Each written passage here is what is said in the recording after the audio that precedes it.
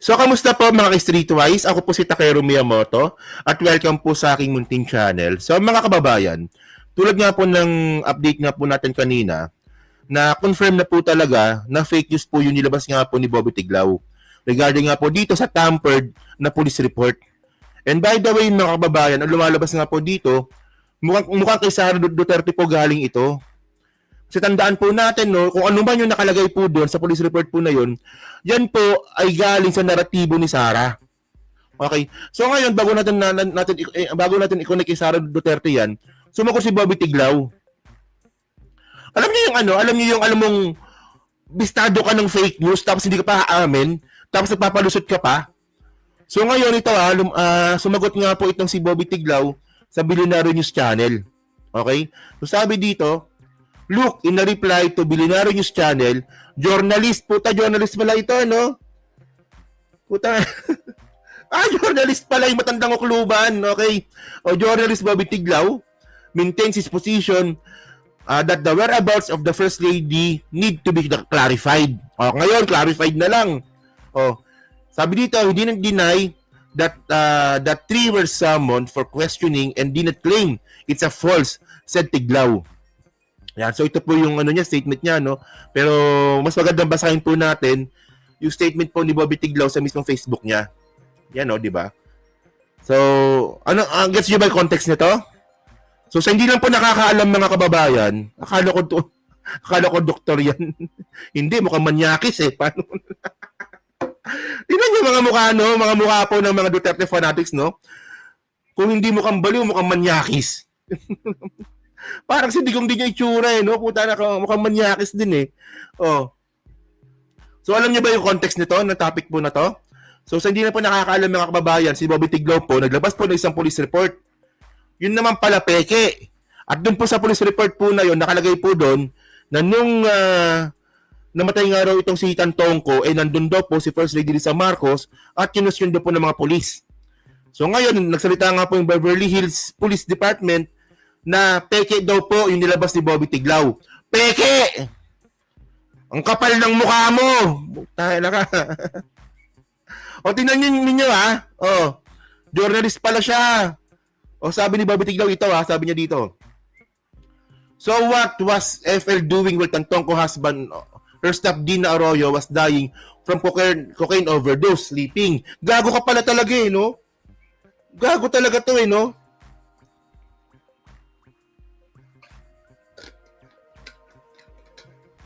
Mga kababayan, ayaw pa rin po bitawan ni Bobby Tiglao na si First Lady Lisa Marcos wala po doon.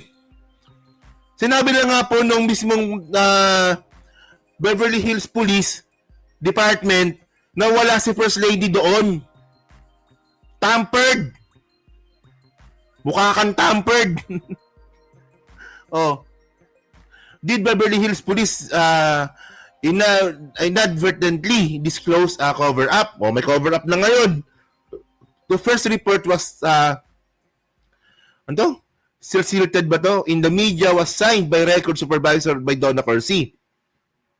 What the Beverly Hills Police Department claimed did not release was the part of the mainly these companions of the victim were summoned to the BHPD. Madami niyang typo error no? For questioning which were Dina Arroyo. Wala nga doon eh. Ang kulit eh. Pinipilit niya talaga eh. Sinabi na nga po ng Police Department ng Beverly Hills, wala nga doon. Pero ikaw pinipilit mo pa rin. Gago ka talaga. Sinasadya mo na to eh. Actually, mga kababayan, ano ba trabaho ng journalist? Journal. Kaya nga journal eh. Di ba? Magbabalita ka lang eh. Kung ano nangyayari, yung journal mo lang, papakita mo sa mga tao.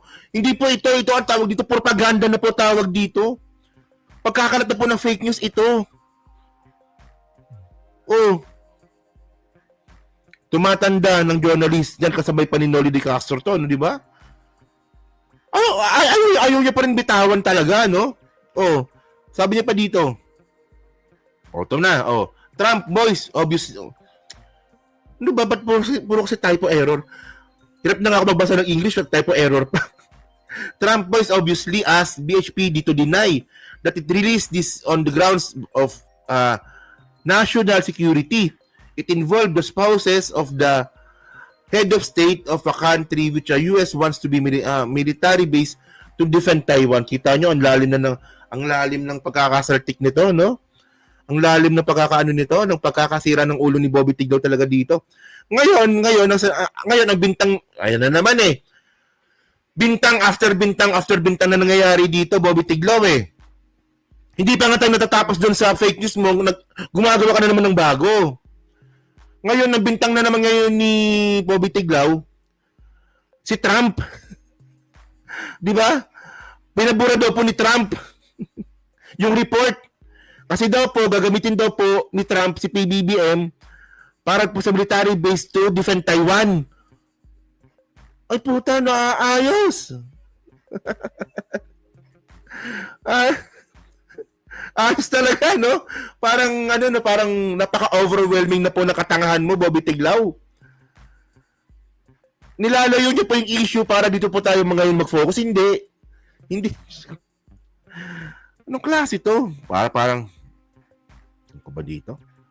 Sabi niya pa dito, ito pa malapit. Ito na, the big question is why the police record supervisor did not herself issue a statement that what was circulated in media was not she issued. Okay. So ngayon, may tanong na siya ngayon. Okay. Tinanong niyo ha. Ganyan po talaga pag sinungaling. Una, mga kababayan, ang sabi nga po ni Bobby Tiglaw, nang bibintang. Ngayon, nagtatanong na. O, tinanong niyo ha, from bintang, ngayon, patanong na. So, by the way, wala naman, ang nasira lang naman dito, ikaw. Diba, it was a higher up, Lieutenant Chris Coulter, representing the Investigative Service Division, who informed the 25. And me, as I emailed the PD myself, that information was not released by the department. It didn't deny to that FL, and the two were summoned for questioning. Gago talaga. Ito pagkakaintindi ko dito Ito pagkakaintindi ko dito Tinan mo palusot ni Bobby Tiglaw, no? So ngayon, alam naman po natin, no, na ito yan. Na peke po talaga. Ito, di ba? Ito peke. Ito yung palusot ni Bobby Tiglaw eh. So ngayon peke po ito. Itong nilabas na po ni Bobby Tiglaw. Ngayon, sabi po ng Beverly Hills Police Department, tampered po ito. Ayun ang nakalagay doon sa reply po ng Beverly Hills. Ngayon, sabi nga po ni Bobby Tiglaw, bakit di naman sinabi ng Beverly Hills na hindi talaga kasama si First Lady Lisa Marcos tsaka si Alexa Miro dun sa report? Tampered na nga eh. So, ibig sabihin, pag tampered, hindi talaga kasama doon. Walang ganun. Gago talaga to, no? Ano ko ba? Mayroon po talaga, minsan po talaga mga kababayan, tayo, bata pa tayo, di ba? Siguro, pati rin po kayo dyan, di ba? Si Bobby Tiglaw po, ilang taon na? 72. Mayroon po talaga turuan yung mga matatanda na wala pinagkatandaan. Kasi isipin ng mga yan, tama pa rin po sila. Ganun yun eh. Kasi, 72 years old na ako. Tuturuan nyo ako. Mas matanda pa ako sa inyo. Yun nga eh. Ang tanda-tanda mo na, hindi mo pa alam kung anong tama't mali. Mali po, kahit ikot-ikutin mo yung mundo, mali po yung ginawa mo, Bobby Tiglaw. Diba? Ang alam ko, dapat kasuhan nga dapat to eh. Hindi nga dapat kasuhan talaga dapat to. Dapat po, ito po yung mga bagay na hindi na po dapat pinapalagpas. Ewan ko dito sa sa mag-asawa. Ewan ko first lady kung kakasuhan niya. Pero, ang dapat magkaso kasi dito, siguro, yung asawa. Kasi pag si first lady po kasi magkakaso, mukhang malabo yun. Kasi nga po, public figure. Like Alexa Miro, public figure. Naling kay Sandro Marcos. So, yung asawa na lang siguro, pwedeng magkaso kay Bobby Tiglaw. Diba? So, parang ewan ko lang kung paanong hocus-pocus gagawin dun. So, ngayon, tingnan nyo to. So, dito, panoorin po natin yung report dito ng Billionario News Channel. Okay, sige. Ano ba yun? Ito. Ay, mali. Ebidensya pala yun. Makita na ito. Ito pala. ang Malacanang si dating presidential spokesperson Rigo. Ano nga pala, nung unang-una pala kasi, nung nagalit pala si Attorney Claire, wala pa palang name drop. So ngayon may name drop na pala kahapon. Okay, Purple Butterfly, maraming salamat po. No, pa-shoutout din po. Okay. Nag-name drop na ang Malacanang si dating presidential spokesperson Rigoberto Tiglao ang tinuturo ng palasyo sa likod ng pagkakaladkad kay First Lady Liza Araneta Marcos sa pagkamatay ng Rustance heir Paulo Tantoco. Yan ang agenda report ni Ivy Reyes. Pinangalanan na ng Malacanang ang blind item nito na anilang fake news peddler na nagpapakalat ng paninira kay First Lady Liza Araneta Marcos. Nakipag-ugnayan po ang Department of Foreign Affairs sa pamamagitan po ng Philippine Consulate in Los Angeles. At sa kanilang nakuhang report, sinasabi po dito ang ilang bahagi at aking babanggitin. Some of the terms used in the purported letter were not in line with the BHPD's standard language and protocol. Ayun, no? So big sabihin pala noon, yung mga word pala na ginamit doon sa dokumento ni Bobby Tiglao, hindi yun ang mga ginagamit na wordings. So doon pa lang may palpak na. Ang police report na inilabas ni Rigoberto Tiglao ng Manila Times ang tinutukoy ng palasyo at BHPD. Posted this week, may 11,000 likes at halos 13,000 shares ang report na ito na umano'y sinend sa kanya sa isang messaging app. Sa police report na ito, pinangalanan umano si First Lady at ang asawa ni Paulo Tantoco, si Palace Deputy Social Secretary Dina Arroyo Tantoco bilang companions na pinatawag daw for questioning. Sa post din ni Tiglao, naabutan daw ng mga pulis ang suspected cocaine na nakakalat sa tables at flooring. Pero magkaiba ang case number ng report sa public document ng Los Angeles Coroner's Office. With reference to Mr. Tiglao's post on the screenshot of a purported report surrounding the circumstances of the death of Mr. Paulo Tantoco in Los Angeles, the Philippine Consulate in Los Angeles had verified with the Beverly Hills Police Department on the veracity of the alleged report and found that the police report posted by Mr. Tiglao was altered. Dating Okay, tama ha, altered.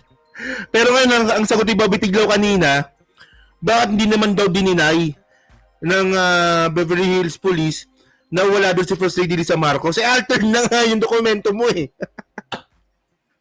Yun naman mukha ni Bobby Tiglao dito. Oh, ano? Mukhang ano rin eh, no? Mukhang Mangkanor din eh. Parang kamukha rin naman Kanor, parang si Digong din yung itsura eh, no? Presidential spokesperson ni former President Gloria Arroyo si Tiglao. Propagandista kung tawagin ang Ayun pala, no? Si Bobby Tiglao pala, mga kababayan. Spokesperson pala dati ni ano yan, ni Gloria. Kaya pala. Oh. Actually, ngayon ko lang nalaman ha. Ngayon ko lang nalaman ha, na si Bobby Tiglao pala, spokesperson pala siya ni Gloria. So, parang Harry Roque ni Digong, parang Clara Castro ni PBBM. So, ganon.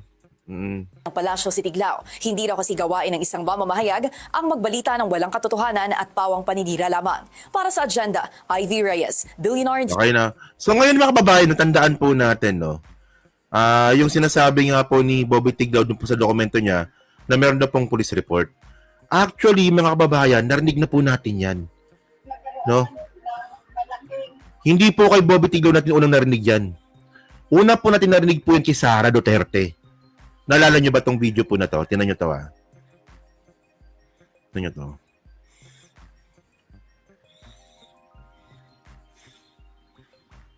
Ng malaking krimen sa Estados Unidos na merong namatay dahil sa drug.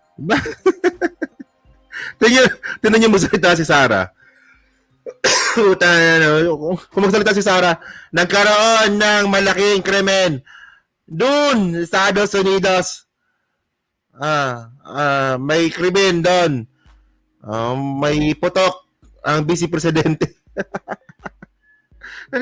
Ng malaking krimen sa Estados Unidos na merong namatay dahil sa drug overdose. At makikita ninyo doon sa police report ay nandoon ang pangalan ni First Lady. Yan so may police report daw po na nandun yung pangalan ni First Lady. So ibig sabihin nun, tandaan nyo to itong video po na yan, March, April, May. May pa lang ata itong video po na to. Hindi pa po pumuputok yung issue ni Bobby Tiglao. So ngayon, yung narrative po na yan, na merong police report, kay Sara po nang galing yan. Ayan no, sinasabi ni Sara yan no. Di ba? Mayroong police report doon sa Amerika na ang vice presidente daw ay isip bata. Parang bata magsalita ang vice presidente. Tapos, ako pa, si Sara, girlfriend ko si Jagger. Minsan, nagpapompyang kami ni Jagger. Kasama pa si basketball player.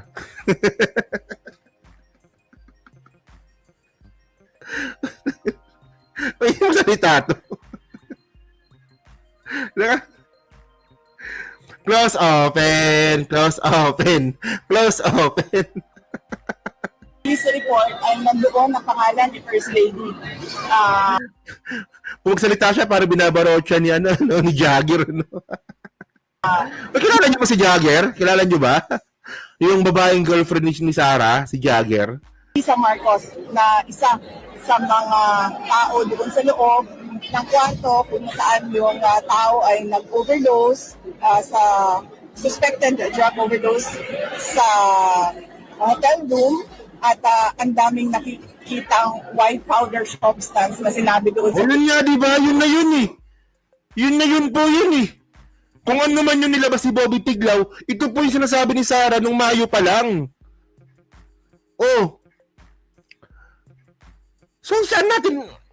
So, ngayon, paano to? So, dumalabas ba dito? Posible kay Sara Duterte galing yung police report po na yun. Tapos, sinakyan lang po ni Bobby Tiglao. Sa kanya lang galing eh. Di ba kung ano man yung sinasabi po doon, sa police report po na peke na nilabas ni Bobby Tiglao, sinabi na po ni Sara yan 2 months ago. Oh. Police report ay suspected cocaine din, ay bigla nilang kinidnap, kinuha. O, di ba? So, biglang kidnap na kaagad. O, di ba? So, ano ba? Okay. So, ayan. Okay, Sara. Ako dito. Baliw. Okay. So, ngayon mga ka-streetwise, no? Okay. Ngayon, ang tanong ngayon nila ngayon, nasaan si Lisa Marcos daw noon nung nakahulihan? Actually, kung titinan nyo lang naman yung Facebook ni Lisa Marcos, ni First Lady, nasa Facebook niya naman eh. Ayan, no? Tinan nyo ha. Di ba nangyari yun March 8? Di ba March 8? So, tinan nyo, no March 7 po, si First Lady Lisa Marcos, nasa screening po ng MIFF. March 7 po yan. Oh. Tapos yung nangyari nga po, pagkamatay nga po ni Tantong ko, March 8. Noong March 8, si Lisa Marcos po, dito, nasa Philippine Consulate naman sa LA. Sakto, LA, California naman yan, di ba? O, di ba? So, March 9, March 9, wala na si First Lady Lisa Marcos, bumiyay na po papuntang Maynila. So, naka-update na po siya, March 11 na. March 11, nasa Pilipinas na po si First Lady Lisa Marcos. Ngayon, ang hinahanap nila ngayon, nasan daw po si First Lady from March 9 at saka March 10. Doon daw po yung oras na nakulong siya. Saan ang gusto ninyo? Mag-update yung First Lady natin sa aeroplano? Ano yan? Parang kami lang? Hello, sa aeroplano kami. Pupunta kang pauwi na akong Pilipinas. Ganon. O ilang oras yung California to Philippines. Ilang oras 'yun, di ba? Tapos may jet lag ka pa, matutulog ka pa. O so yun na po yung nawawalang araw, March 9 at March 10. So March 11 nasa Pilipinas na po siya. Napakasimpleng common sense ng mga kababayan. Hindi po nila makuha. No, parang 16 hours, no? Di ba 16 hours? 16 hours, 16 hours o 17 hours, depende sa takbo ng eroplano, di ba? Tapos, syempre may jet lag pa. Ewan ko ba? So, yun mga streetways, no? So, kayo po, no? So, ano po masasabi nyo nga po dito? Sa nilabas nga po ni Bobby Tiglao na palusot, dinamay na po si Trump. At kayo po ba, naniniwala po ba kayo na posibleng nga po may kinalaman na naman po dito si Sara Duterte? Kasi sa kanya galing yung narrative eh. Diba? So yan, no? So iwanan muna natin yung topic po na yan mga kababayan, no? And the next topic po tayo, no?